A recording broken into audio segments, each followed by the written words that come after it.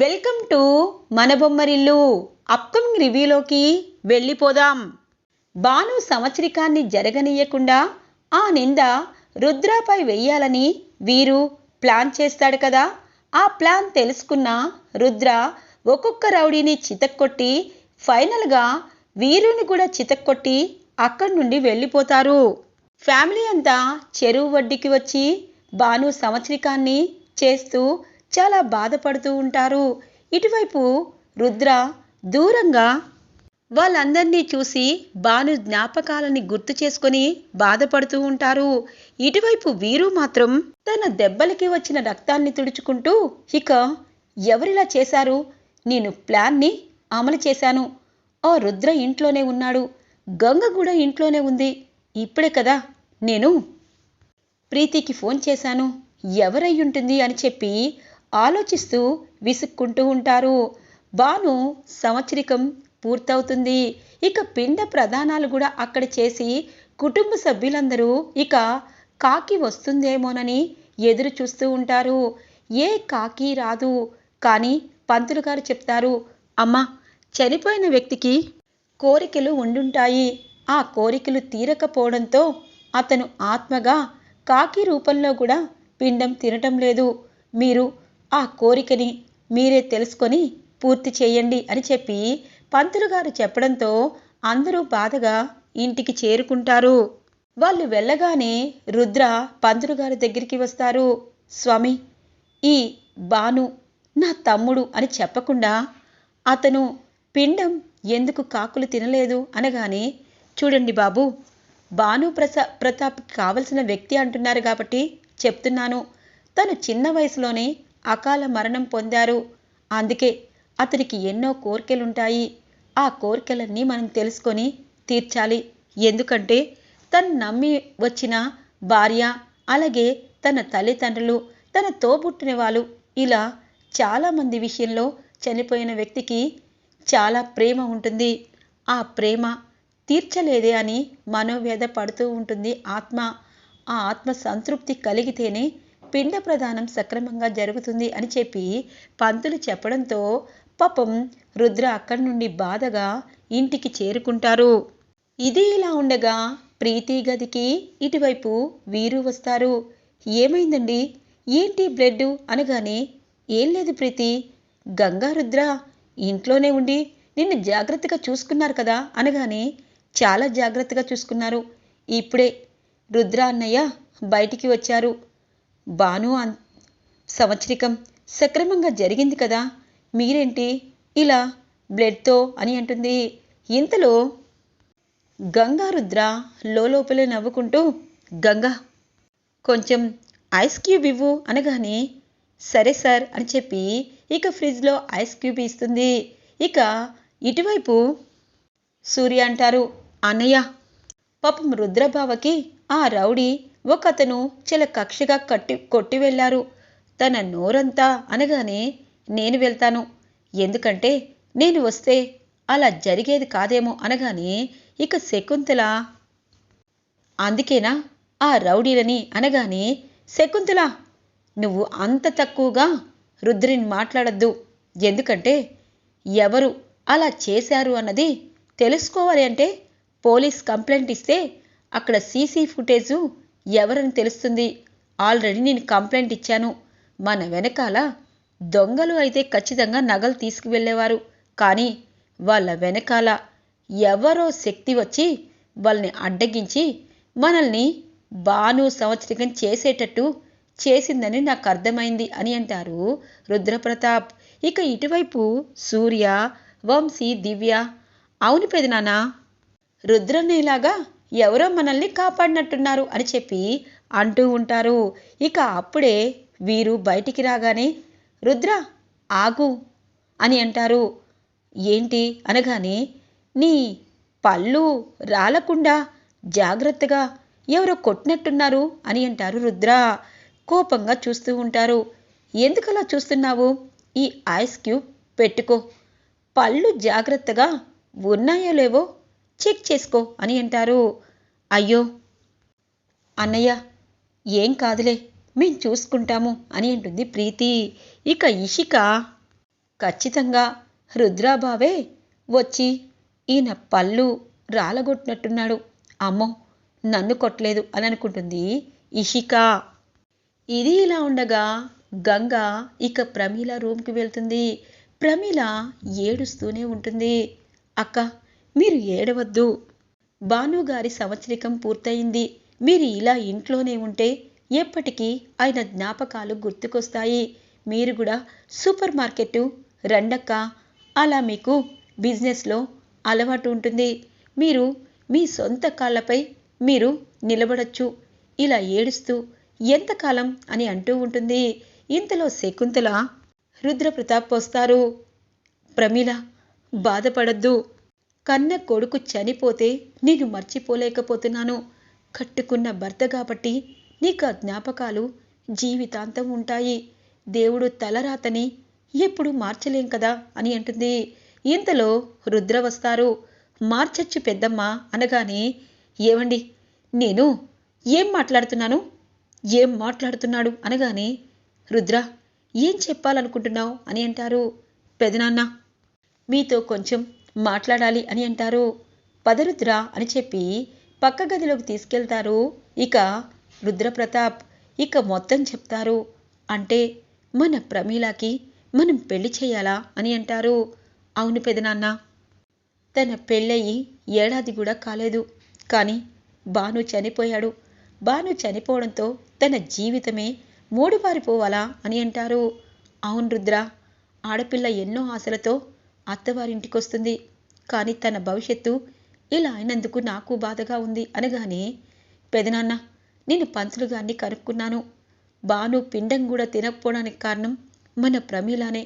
ఎందుకంటే తన కట్టుకున్న భార్య ప్రతిరోజు రోధిస్తూ ఉంటే తన ఆత్మకి శాంతి కలగదు కదా అనగానే, సరే, ఈ విషయాన్ని నేనే అందరికీ చెప్తాను.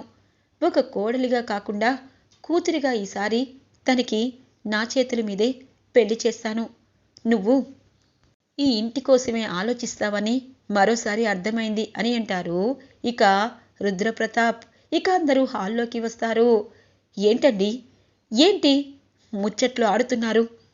మన ప్రమీల జీవితం ఇలా బుగ్గవడానికి కారణం ఎవరు అన్నది తెలిసి కూడా ఇంకా అనగానే, చూడు శకుంతల, పాతవన్నీ మర్చిపో. నిజం చెప్పాలంటే ఎవరు భానుని పొట్టన పెట్టుకున్నారు అన్నది ఆ దైవానికి తెలుసు. వాళ్ళకి ఖచ్చితంగా శిక్ష ఉంటుంది. కానీ దానికంటే ముందు మన కోడలైన ప్రమీలాకి కూతురిలా మనం పెళ్లి చేయాలి. అప్పుడే భాను ఆత్మ శాంతిస్తుంది అనగానే, ఏమండి, మీకేమైంది అనగానే, అవును పెద్దమ్మ, ప్రమీల కూడా ఈ ఇంటి ఆడపిల్లలా పెళ్లి చెయ్యాలి. తనకి ఎన్నో ఆశలుంటాయి. తనకి మనమే నచ్చ చెప్పాలి అని అంటారు. ఇటువైపు రుద్ర, ఇదేం ట్విస్ట్ బ్రో, ప్రమీలకి పెళ్ళంట. రుద్రబావ ఒక్కొక్క మెట్టు ఎక్కేస్తున్నాడు. ఇక ప్రమీలకి పెళ్లి చేసి ఈ ఇంట్లో గంగా రుద్ర స్థిరస్థాయిగా మంచి చేసిన వారు అయిపోతారేమో అనగానే, అంత జరగనివ్వనులే ఇష్క, నేనున్నాను కదా, ఈ ఇంటికి నాకు పుట్టినవాడే వారసుడవుతాడు అని అంటారు.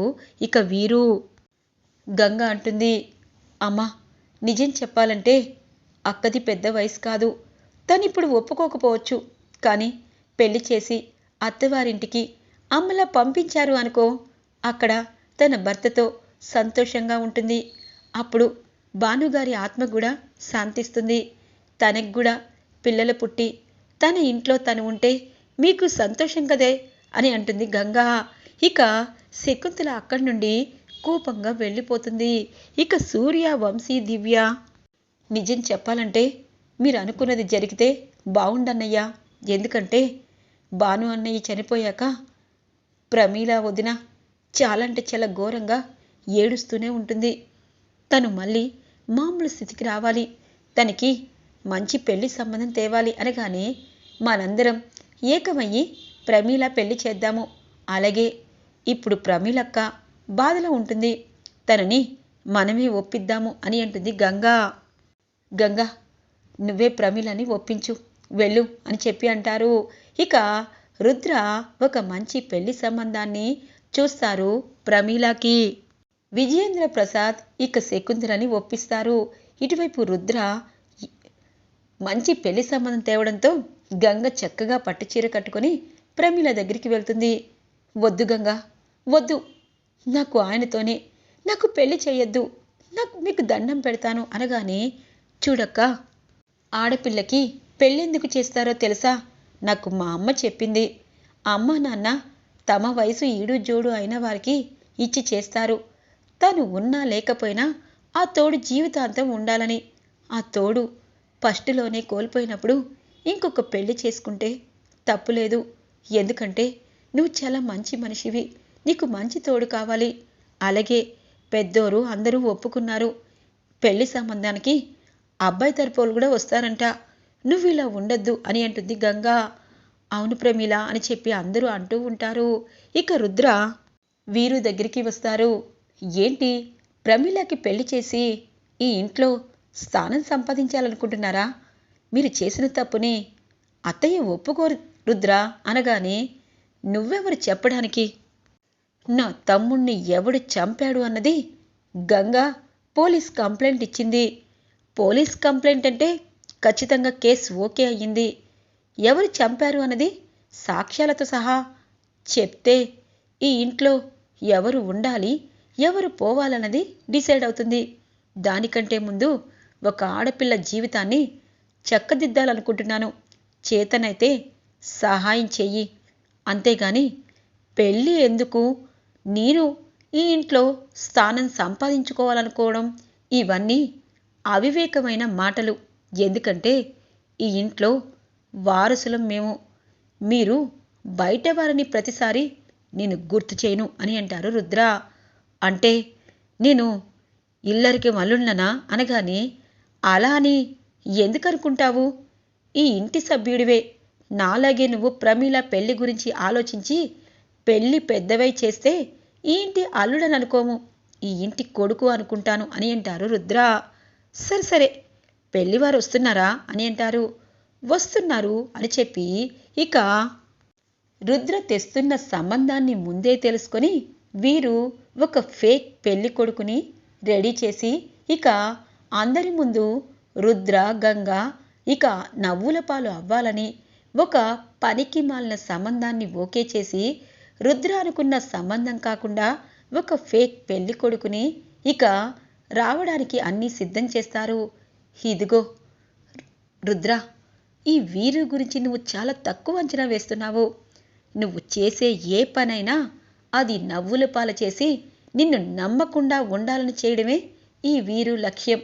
ఇప్పుడు ప్రమీలకి మంచి సంబంధం తీసుకొచ్చి నువ్వు పెళ్లి చేసి పంపిస్తే ఈ ఇంటికి నువ్వు హీరో అయిపోతావు. మరి నేనేమవ్వాలి?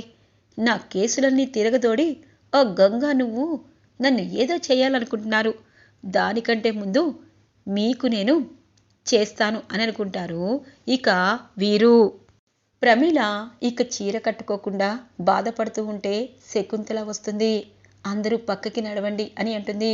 అందరూ పక్కకు తప్పుకుంటారు. చూడమ్మా ప్రమీల, నిజం చెప్పాలంటే బాను నా కొడుకు. నీకు పెళ్లి చేసి నేను ఒక ఇంటికి పంపించాలని అనిపించలేదు.